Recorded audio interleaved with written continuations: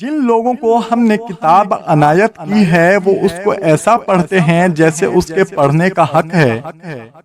یہی لوگ اس پر ایمان رکھتے ہیں اور جو اس کو نہیں مانتے وہی خسارہ پانے والے ہیں۔ اے بنی اسرائیل، میرے وہ احسان یاد کرو جو میں نے تم پر کیے، اور یہ کہ میں نے تم کو اہل عالم پر فضیلت بخشی۔ اور اس دن سے ڈرو جب کوئی شخص کسی شخص کے کچھ کام نہ آئے اور نہ اس سے بدلہ قبول کیا جائے اور نہ اس کو کسی کی سفارش کچھ فائدہ دے اور نہ لوگوں کو کسی اور طرح کی مدد مل سکے۔ اور جب ابراہیم کی اس کے پروردگار نے چند باتوں میں آزمائش کی تو وہ ان میں پورے اترے۔ فرمایا کہ میں تم کو لوگوں کا پیشوا بناؤں گا۔ انہوں نے کہا کہ پروردگار میری اولاد میں سے بھی پیشوا بنائیو۔